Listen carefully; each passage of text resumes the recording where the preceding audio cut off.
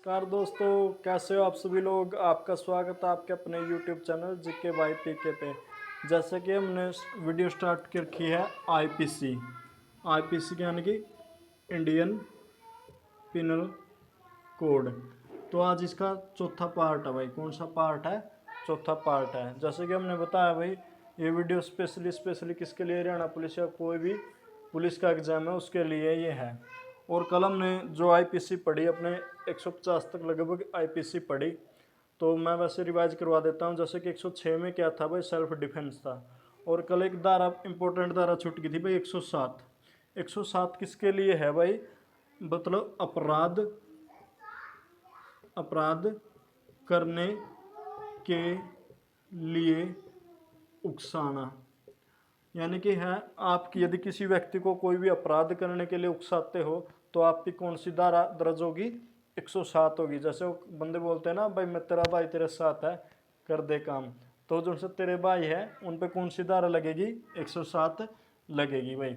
उसके बाद हमने 118 पढ़े। 118 में क्या था? पुलिस को गलत सूचना देना। उसके बाद 122 थी। 122 में क्या था? युद्ध की नीति से दंगा भड़काना। 124 पे क्या था? सरकारी अधिकारी जैसे कि राज्यपाल, राष्ट्रपति पे हमला। 124 से की थी राजद्रोह थी। ठीक है। उसके बाद 140 पड़ी भाई, पुलिस या सेना का जो किसी भी अधिकारी की वर्दी पहन के कोई भी गलत काम करना, तो वो थे 140 में थी। उसके बाद भाई 159 पढ़ी हमने भाई, दो या दो से अधिक व्यक्ति सार्वजनिक जगह पे कोई भी दंगा करते तो उन पे कौन सी लगती है? मतलब 159 है। तो कहने के मतलब, कहते हैं ना भीड़ का कोई स्वरूप नहीं होता, लेकिन भीड़ में से जो बंदा पकड़ा जाता ना उस पर 159 धारा भी लगती है। ठीक है, ये भी याद रखना। ठीक है ना। तो उसके बाद हम बात करते हैं 172 की। 172 धारा में क्या है? समन न लेना। मान ले क्या है भाई, किसी बंदे को क्या है, कोर्ट ने समन जारी कर दिया किसी बंदे के खिलाफ। और उस बंदे के पास कोई भी सरकारी अधिकारी समन लेके गया, तो समन लेने गया और उसने वो समन ना लिया, यानी कि रिसीव ना किया, या फिर उस बंदे के साथ गलत व्यवहार किया, तो उस बंदे पे कौन सी धारा लगेगी? 172 लगेगी भाई। कौन सी लगेगी? 172 लगेगी भाई। ठीक है। उसके बाद 182 के भाई, झूठा झूठा केस दर्ज करना भाई, झूठा केस लगाना। ठीक है ना। झूठा केस के है, मान ले जैसे SC ST एक्ट है, या कोई भी झूठा केस हम किसी बंदे पर लगा दें, और यदि वो केस कोर्ट में आप साबित ना कर पाओ, तो आप पे कौन सी धारा लगेगी? 182 धारा के तहत आप पे भी मुकदमा दर्ज हो जाएगा। जैसे कोई दहेज का झूठा केस लगा देता, कोई भी झूठा, यानी कि SC ST का झूठा केस लगा दिया आप पे किसी ने, और वो बंदा मतलब कोर्ट में जो केस है उस प्रूव नहीं कर पाया, तो आप पे उस कौन सी धारा लगेगी? 182 के तहत उस पर केस दर्ज हो सकता है भाई। ठीक है। उसके बाद है 186। 186 के है भाई, सरकारी ड्यूटी में रुकावट पैदा करना भाई। वट पैदा करना। देखो भाई, ये कैसा है? मान ले कि कहीं पे इलेक्शन हो रहा है, ठीक है ना, और इलेक्शन के दौरान जो अधिकारी आए हुए, कौन से अधिकारी? सरकारी अधिकारी है, तो वो अपनी ड्यूटी कर रहे हैं। उनकी ड्यूटी के दौरान आप उनकी ड्यूटी में खलल पैदा कर रहे हैं या फिर बाधा पैदा कर रहे हैं, तो आप पे कौन सी धारा लगेगी? 186 लगेगी भाई। ठीक है ना। उसके बाद 191 धारा। 191 में क्या है? झूठे सबूत देना भाई। झूठे सबूत देना भाई। मान ले क्या है, यदि कोई केस है और उस केस में आप यदि कोई झूठे सबूत देते हो, और बाद में इस चीज़ का पता चल जाए कि आपने झूठे के सबूत दिए हैं, तो आप पे कौन सी धारा लगेगी? 191 लगेगी। उसके बाद धारा 192। धारा 192 क्या है? झूठे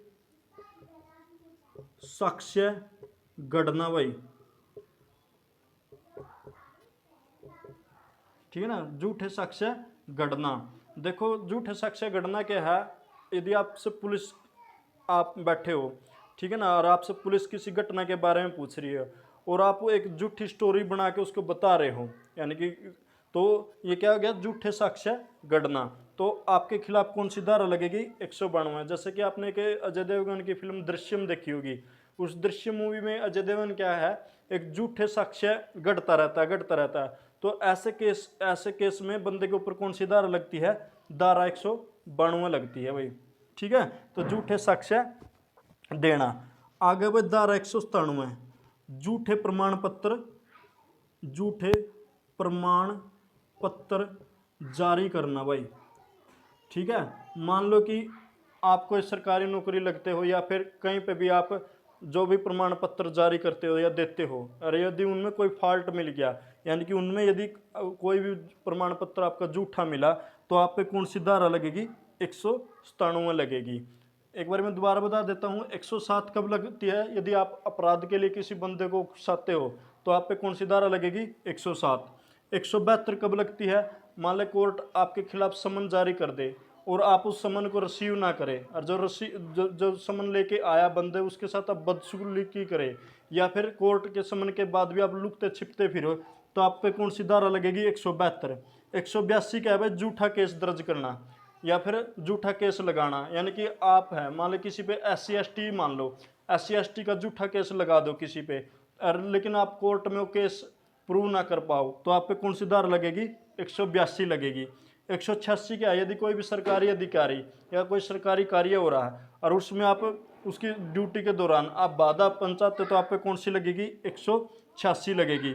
और यदि आप कोर्ट में झूठे सबूत देते हो या फेक एविडेंस देते हो, तो आप पे कौन सी लगेगी, 191 धारा लग सकती है भाई। और झूठे साक्ष्य बनाना, यानी कि आप एक झूठी स्टोरी बना के मतलब पुलिस को या कोर्ट को गुमराह करने की कोशिश कर रहे हो, तो आपके खिलाफ 192 के तहत मुकदमा दर्ज होगा भाई। फिर 197 क्या है, झूठे प्रमाण पत्र जारी करना, यदि आप फेक कोई भी सर्टिफिकेट देते हो कोर्ट में या कहीं पे, तो आपके खिलाफ कौन सी धारा लग जाएगी, मतलब आप 197 के तहत आपका मुकदमा दर्ज हो जाएगा भाई। ठीक है ना। उसके बाद है भाई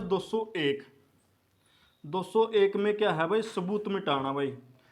ठीक है, यदि कोई दुर्घटना हो जाती है और उस केस में आप सबूत को मिटाते हो भाई,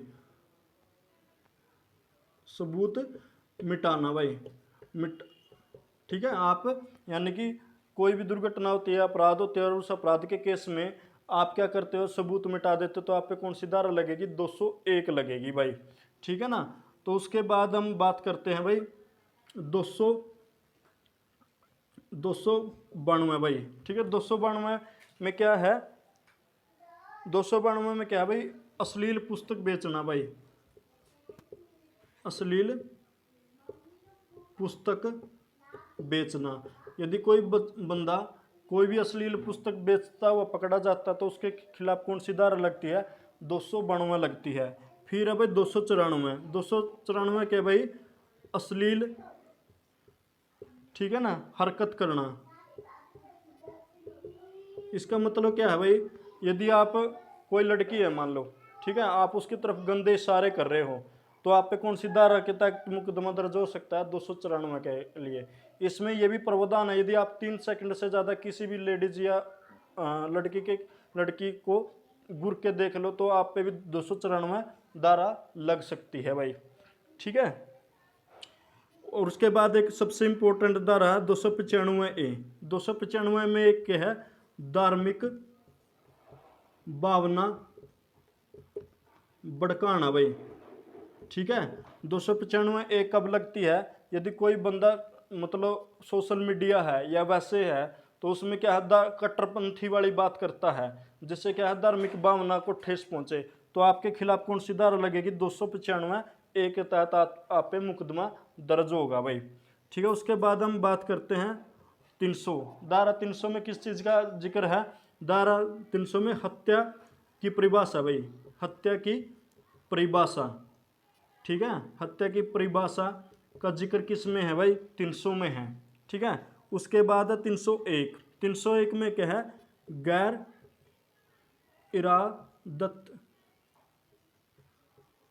इरादत हत्या की परिभाषा भाई। ठीक है, इसका मतलब क्या है, दोनों का समझो। 300 में क्या है, हत्या की परिभाषा दे रखी भाई, मर्डर कैसे है, मतलब मर्डर को एक कानूनी तौर पे कब माना जाता है, उसकी जो एक्सप्लेनेशन है वो किसमें, 300 में है। और 301 में क्या, गैर इरादत हत्या की परिभाषा। गैर इरादत का मतलब क्या, आपका इरादा नहीं था उसका मारने का, लेकिन वो गलती से मर गया, तो उसकी परिभाषा किसमें, 301 में है भाई। मतलब क्या है, आप बाइक से जा रहे हो और आपसे अचानक एक्सीडेंट हो जाता है और बंदा मर जाता है, तो क्या गैर इरादत में आएगा भाई, ठीक है ना। आपका कोई इरादा थोड़ी था उसको मारने का, लेकिन वो उसकी हत्या हो जाती है, मर जाता है, तो 301 में आएगा। उसके बाद है 302। 302 में क्या है भाई, हत्या के लिए सजा। यदि आप किसी बंदे की हत्या कर देते हो या मर्डर कर देते हो तो आपको कौन सी सजा होनी है, तो उसकी एक्सप्लेनेशन किस में है, 302 में है भाई। वो कहते हैं ना दफा 302 के तहत मुजरिम को सजाए मौत की सजा सुनाई जाती है, तो 302 के तहत उसको हत्या की सजा सुना जाती है। देखो भाई 201 में क्या, सबूत मिटाना।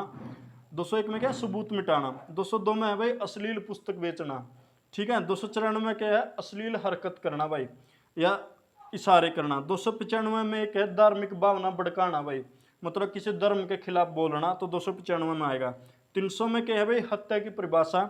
301 में क्या है, गैर इरादत हत्या की परिभाषा भाई। और 302 में क्या है, हत्या के लिए सजा भाई। उसके बाद है 303 भाई। 303 में क्या है भाई, 330 में क्या है भाई, गैर इरादत हत्या के लिए सजा भाई, ठीक है। मान ले बंदा मर तो गया आपसे भाई, गैर इरादत है, लेकिन उसके लिए कौन सी सजा है, उसकी एक्सप्लेनेशन किस में है, 303 में है भाई, ठीक है। किस में है, 303 में है भाई, ठीक है ना।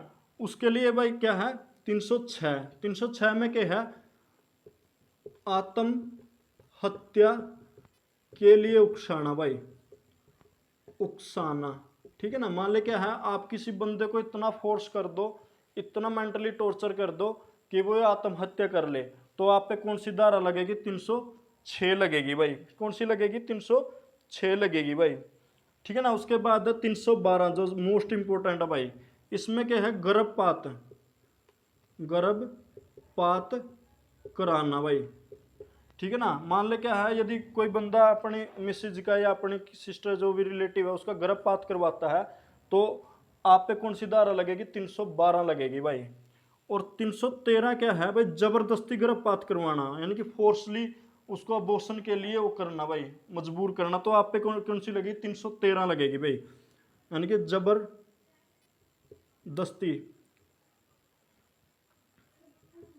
जबरदस्ती गर्भपात कराना भाई, ठीक है ना, ठीक है ना। मतलब जबरदस्ती गर्भपात करवाना, तो उस केस में आप पे कौन सी लगेगी, 313 लगेगी भाई। उसके बाद भाई 319। 319 में क्या है भाई, चोट मारना भाई। यदि आप किसी बंदे को चोट मारते हो तो आप पे कौन सी धारा लगेगी, 319 लगेगी भाई। उसके बाद है 320। 320 में क्या है भाई, तेज दार हथियार से चोट मारना भाई, ठीक है ना। मतलब क्या है भाई, आप कुल्हाड़ी से या तलवार से किसी बंदे को चोट मारते हो तो आप पे कौन सी लगेगी, 302 के तहत मुकदमा दर्ज होगा भाई, ठीक है। तो ये थी अभी तक की धारा भाई, जो मोस्ट इंपोर्टेंट थी धारा। अगली वीडियो में हम फिर बताएंगे एक अगली धारा के बाद। तब तक जय हिंद, जय भारत, धन्यवाद दोस्तों भाई।